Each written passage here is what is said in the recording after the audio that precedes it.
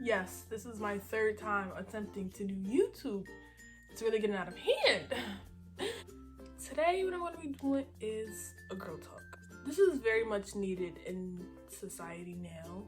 Lots of things that I've been seeing going around on my Instagram. It's just like, this is very much needed for a lot of people. I have my phone here, my old phone, with everything I'm going to say on here. So before I start saying this, I know some of y'all are gonna be like, who asked? I asked. And I feel like I have to put my opinion out on what the hell is going on in today's society nowadays. So that's what I'm gonna do. I'm gonna put it out there. I'm just gonna get right into these topics because why not, you know? First topic we have is ghosting people. I'm gonna speak from being ghosted and being the ghoster. Being the ghoster, I haven't really ghosted people. I've more so stopped talking to people, but with an explanation of why I don't want to communicate with you anymore. Like, I just don't feel the need to communicate with you anymore. Being ghosted, honestly, it's more of a I don't care, I understand thing. You just don't feel like that person is needed in your life anymore. Like, you just don't feel like this is where it's going somewhere, like our communication is doing something, or you don't feel like this person is being a good influence on you or helping you with your life. So like, why do I still need to talk to you? Sometimes it's good that you can ghost people without explanation. Like, you don't need to explain to anybody why you don't need them anymore, why you don't want to talk anymore. Sometimes some people don't need an explanation for that. You just don't talk to them no more. You just ghost them. Just deuces, I'll see you when I see you. Like, birth control. This I really feel like needs to be talked about. Birth control. I'm gonna tell you, I'm not on birth control. I cannot speak from anybody who has been on birth control. So I'm going to speak on a point of how I feel on birth control and the experiences that I've been hearing from people on birth control.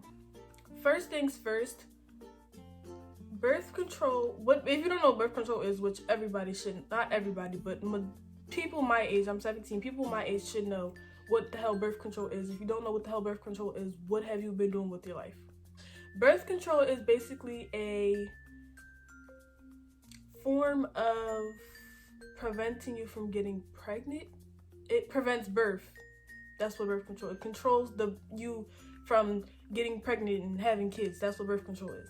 How I feel on birth control, I really don't feel like you need to be on birth control. Personally, I wouldn't be on birth control because I shouldn't have to suffer all these symptoms for a nigga to put his private in me and to get a little nut off. Like, I'm okay. I'd rather not. Boys are dumbasses. Simple as that. Boys are literal dumbasses.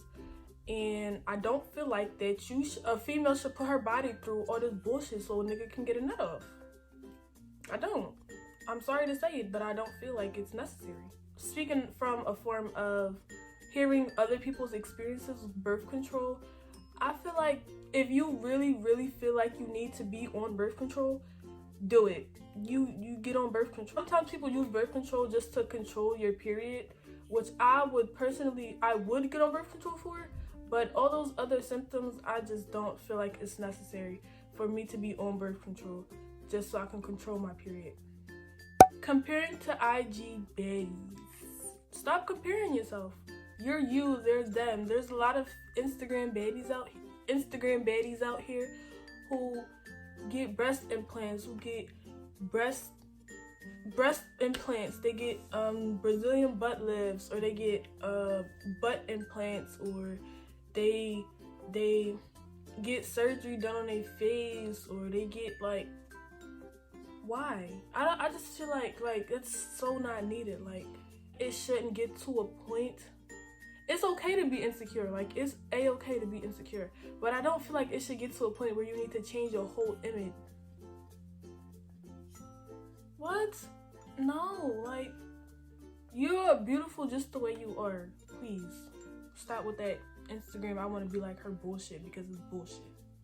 Next, I really feel like this needs to be talked about so much. growing friendships. Baby, you don't owe nobody shit, okay? Them friends that you had in middle school that's still your friends now. In 10 years, when I'm 27 and I need to pay my electric bill, they're not gonna be there to help me. They're not. You feel like you need to, like, people outgrow friendships. It just happens. It's like a natural thing. Like, I feel like we should normalize this. Like, normalize outgrowing friendships. It's okay. It's really okay to outgrow someone. Like, it's like, I want to see you win, but not with me. Like, we're not on the same pedestal. I'm over here on this pedestal and you over here on this pedestal, and our pedestals is clashing. I don't need to stay friends with you because I want some friends. Honestly, it's okay to not have friends. Now, when I say not have friends, I don't mean people who you literally have 0 friends. So that friendship that you had in high school, you don't need it. Normalize outgrowing friendships. You want to see them win, just not with you. Simple as that. Going to college. This is like something I really wanted to talk about. People in school try to force college on people. They're like, oh, you need to go to college because you have to have this degree, that degree, that degree. You need to have this much education to do this job and this and the third. No, you don't. You literally don't. I know a couple, like, people who have never even graduated high school. They're more successful than the people that's still in college in their 30s. People go to college till like 30 years old. You threw your whole life away to be in school. Between 28 and 30, graduating college. You threw the best years of your life in school. And for what? And half the people who go to college don't even know that they get there. They're so excited. I'm like, oh, college, yes, yeah, rah, rah, rah. They get there and it's not for them. And they paying off all this money. They paying all this money and they leave college and they got to pay so much debt. They're in so much debt because high school forced college on us. If you don't feel like college is for you, don't go. Me personally, I was all rah for college. I really loved it. And when I got to 11th grade, this college stuff is not going to be for me. Don't go to college because your parents went to college and they're forcing you to go to college. If you don't want to go to college, don't go. Don't go. If you want to go to college. I'm glad you want to go to college, pursue your dreams, pursue your career. Long distance relationships. I'm going to speak on this because I have experienced it. Long distance relationships is not easy. Not at all. I feel like to be in a long distance relationship, you have to have that level of maturity. A certain level of maturity to be committed to a long distance relationship. Now, I've always told myself when I was younger, I'm never going to do a long distance relationship because they never work out. They're never going to work out. They're never going to work out. They're never going to work out. And when I got with this person, he went away to college. So I don't want to be that person to stop you from pursuing your dreams. If you want to do it, do it. During those 2 months, it was really, in the beginning, it was really hard to cope with the fact that my boyfriend was across the country, basically across the country. It was really hard to deal with. It was really hard to cope with at first, but as time went on, it was like, okay, this is okay.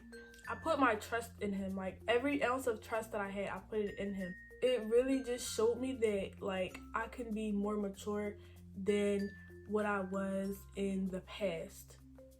So, anyways, yeah. If you're gonna be in a long distance relationship, just be mature about it. Just try. If you trust each other, then I think it may work out. If not, if you don't have that level of maturity, if you don't have that level of trust, don't do it because it's not gonna work. Being a side chick. Being a side chick is not cute.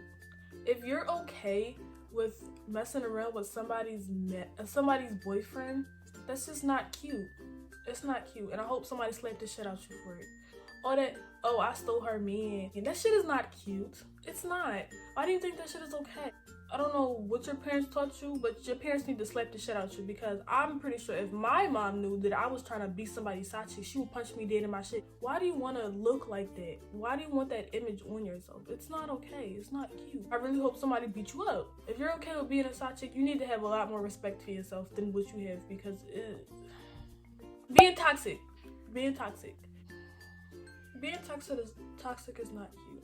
Coming from a person who was in a toxic relationship for like 3 years, it's not fun being toxic. I don't know why y'all praise being toxic. It's not fun and it's not cute.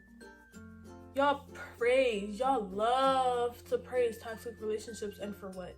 Why do you think it's okay to praise a toxic relationship? Like, why would you want to do that to yourself? Why do you want to be toxic? It's not fun at all. It's not. You don't need to want to be toxic. Like, it's not okay. Sometimes people don't even realize that they're being toxic until after the fact. This toxic relationship put me in a bad space. Like, I was in the worst space ever. When I finally got out of it, I felt like so much weight was lifted off my shoulders. Y'all love seeing a toxic relationship, but like, toxic relationships aren't what you make it out to be. Carmen and Corey, for example, if anybody watched Carmen and Corey, you know that their relationship is toxic. Now, I watched them when they first put out, like, from the very beginning of their relationship. I watched from then up until Carmen got pregnant, and I stopped watching them. But their relationship was just so toxic, and it was just like, I don't like this. Is not entertaining to me anymore. Don't stop normalizing toxic relationships, because it's not something that should be normalized. It's not. Now, speaking of relationships, we are going to get into the social media's relationship standards. Now, there's a lot of things on Instagram. There's couple pages, there's couple YouTubes, there's pictures and videos on Pinterest, Instagram couples. There's just couples everywhere. They're all on social media. Stop looking up to these social media relationships, because you only get 10 minutes, 20 minutes, 30 minutes, an hour out of their day, and half that shit is edited out. So you don't really know what's going on. They only show you the good stuff. They don't show you the real them, like what's really going on behind the scenes of these cameras. People could put on a front for social media. Speaking of social media relationships put on the front, everybody was all, oh, love don't exist no more because Ken cheated on De'Ara. Ken could have been cheated on De'Ara, and social media just never knew. This could have been Ken could have been cheating on De'Ara for a long ass time, and this could have just been the first time he got caught. You know? Also, stop looking for love. Do not look for love. Love will come to you when it's the right time, when it's beneficial for you. Don't go out and search for it.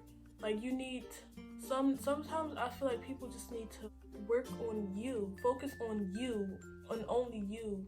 Put yourself first. You need to be first. Put you first. You are your main priority. So, yeah, that's really it for this video. Thank you guys for tuning in and watching this video. Make sure you hitting that subscribe button, because we about to get this YouTube stuff on and popping, period. Make sure you're hitting that like button. Make sure y'all sharing this video, because we're trying to get up there, period. Yeah, so bye y'all.